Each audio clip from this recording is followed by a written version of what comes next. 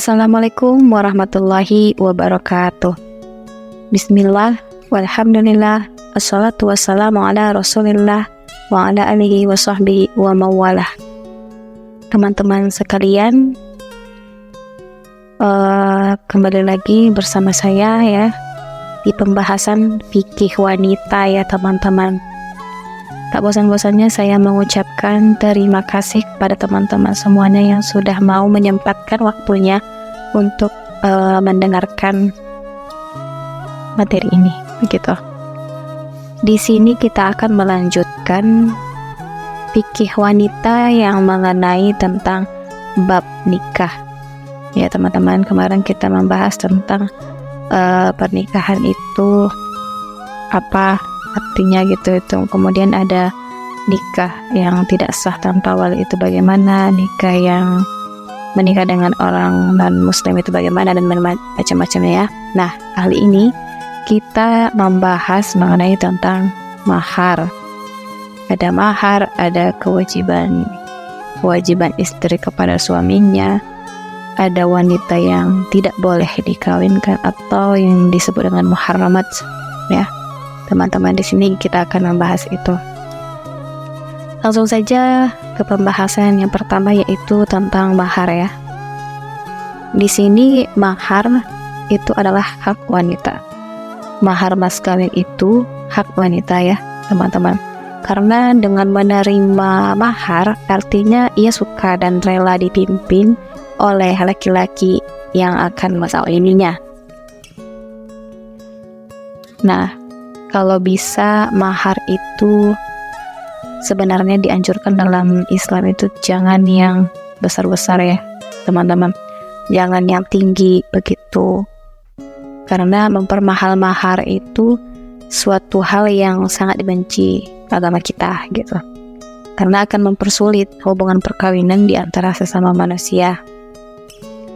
Nah, adapun ketika kita ingin berumah tangga ya teman-teman, sudah menjadi kebiasaan bahwa pihak calon yang mempela perempuannya itu jauh-jauh hari sudah mempersiapkan perabot rumah tangga begitu ya kan, yaitu merupakan suatu tradisi yang bertujuan agar pengantin dapat bersenang hati ketika mengalami malam pertama bersama suaminya. Bahkan konon Rasulullah Shallallahu Alaihi Wasallam sendiri telah mempersiapkan untuk putrinya ketika hendak menikah dengan Sayyidina Ali radhiyallahu anhu sebuah baju bulu, kirbah atau bejana air, dan sebuah bantal. Di samping itu, yang bertanggung jawab mempersiapkan perabot rumah tangga dengan segala keperluannya sebenarnya pihak laki-laki selain mahar ya teman-teman.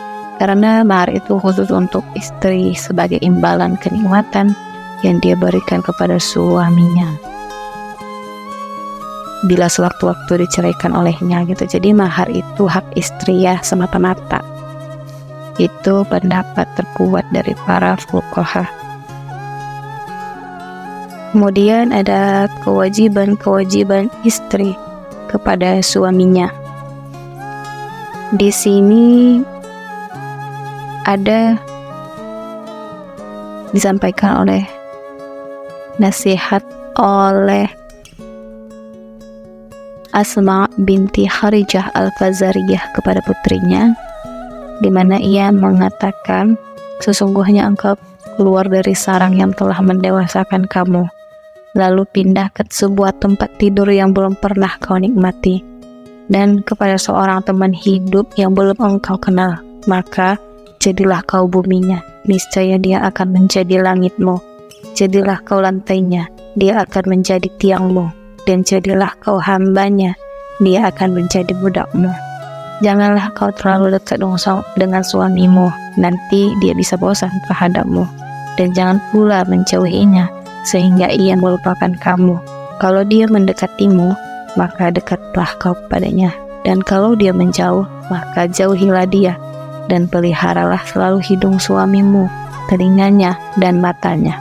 Sekali-kali jangan sampai ia membau darimu selain keharuman. Jangan ada yang didengar selain perkataan yang baik, dan jangan sampai melihat selain yang indah belaka.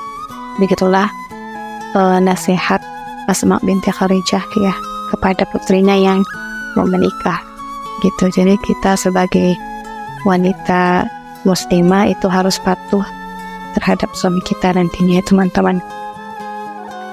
Kemudian ada wanita yang haram dinikahi atau dikawinkan, atau yang biasa disebut dengan muharramat ya. Ada dua macam, teman-teman, di sini. Yang pertama, haram dikawinkan untuk selama-lamanya. Yang pertama itu contohnya kerabat. Kita tidak boleh menikahi kerabat kita. Ada 7 wanita menurut firman Allah Ta'ala yang haram dikawini seseorang karena masih kerabat. Apa saja dia?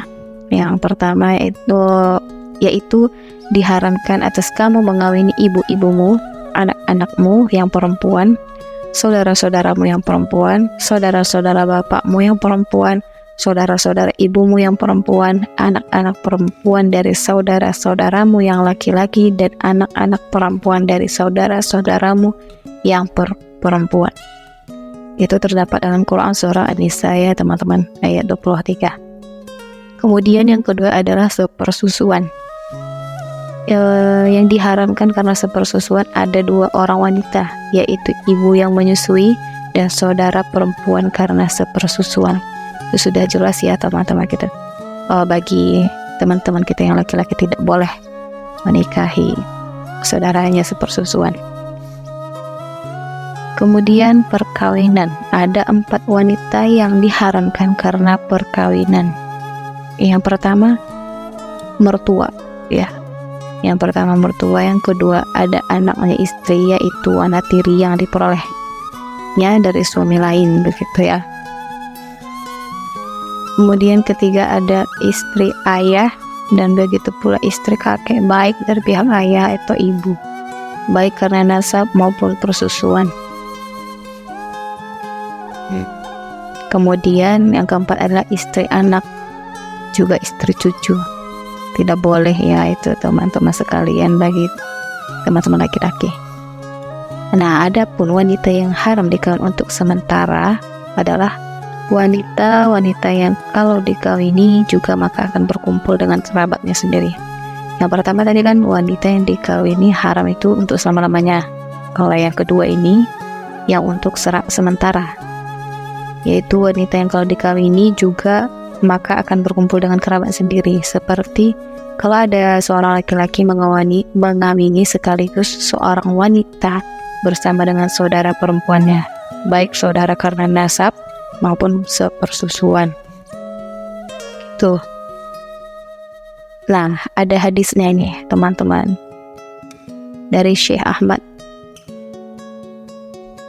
Yang bunyinya, terkutuklah laki-laki yang memasukkan air mani ke dalam rahim 2 orang perempuan bersaudara sekaligus. Itu tidak boleh ya teman-teman. Ada juga sabda Nabi SAW yang lain, yaitu hadis riwayat Bukhari Muslim, tidak boleh dikumpulkan antara seorang perempuan bersama saudara perempuan ayahnya, maupun antara dia dengan saudara perempuan. Begitu pula diharamkan agama menghimpun antara seorang perempuan bersama anak perempuan dari saudaranya yang laki-laki maupun perempuan, atau keponakan ya teman-teman. Dan juga antara dia dengan anak perempuan dari anak laki-laki saudarinya yang laki-laki maupun yang perempuan, atau anak dari ponakannya ya teman-teman. Nah, kemudian kita masuk kepada cacat-cacat yang menyebabkan bolehnya pembatalan perkawinan atau fasakh di sini ya istilahnya. Wanita boleh dikembalikan lagi kepada keluarganya karena mengidap salah satu dari 5 cacat di sini ya teman-teman. Apa saja dia? Yang pertama adalah gila, kemudian ada lepra, sopak, lubang kemaluan mempat atau ratak, ataupun terdapat di dalamnya tulang atau qarn, QARN ya teman-teman, yang mengganggu persetubuhan. Begitu juga sebaliknya dengan laki-laki pun boleh ditolak dengan 5 cacat gila, lepra, sotak, batang zakar putus, atau yang tak berdaya impotennya. Karena dengan pernikahan itu dimaksudkan agar hubungan bisa langgeng, sedang dengan adanya penyakit-penyakit tersebut, kesenangan itu tidak bisa dicapai. Nah, salah satu itu kan bisa memiliki keturunannya, teman-teman. Nah,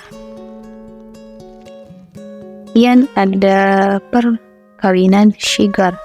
Perkawinan syigar yang dimaksud adalah apabila seorang wali berkata ke laki yang dia kawinkan dengan anaknya, begini redaksinya: aku kawinkan engkau dengan anak perempuanku dengan syarat engkau kawinkan pula aku dengan anak sedang mahar. Lalu perkawinan itu dia terima. Kawin syigar tidak sah menurut hukum agama, teman-teman, karena hal itu dilarang menurut berita yang sahih Bukhari dan Muslim. Tapi jika pada kata-kata tadi, kalimat tadi tidak farji sebagai maharnya, maka pernikahan mereka masing-masing itu sah. Karena persyaratan yang ada di situ hanya supaya wali itu pun dinikahkan pula dengan anak dari laki-laki tadi, dan itu tidak merusak pernikahan asal mahar yang sepadan. Selanjutnya kita masuk ke pembahasan walimah atau pesta perkawinan. Kata walimah itu berasal dari kata walama, artinya mengumpulkan.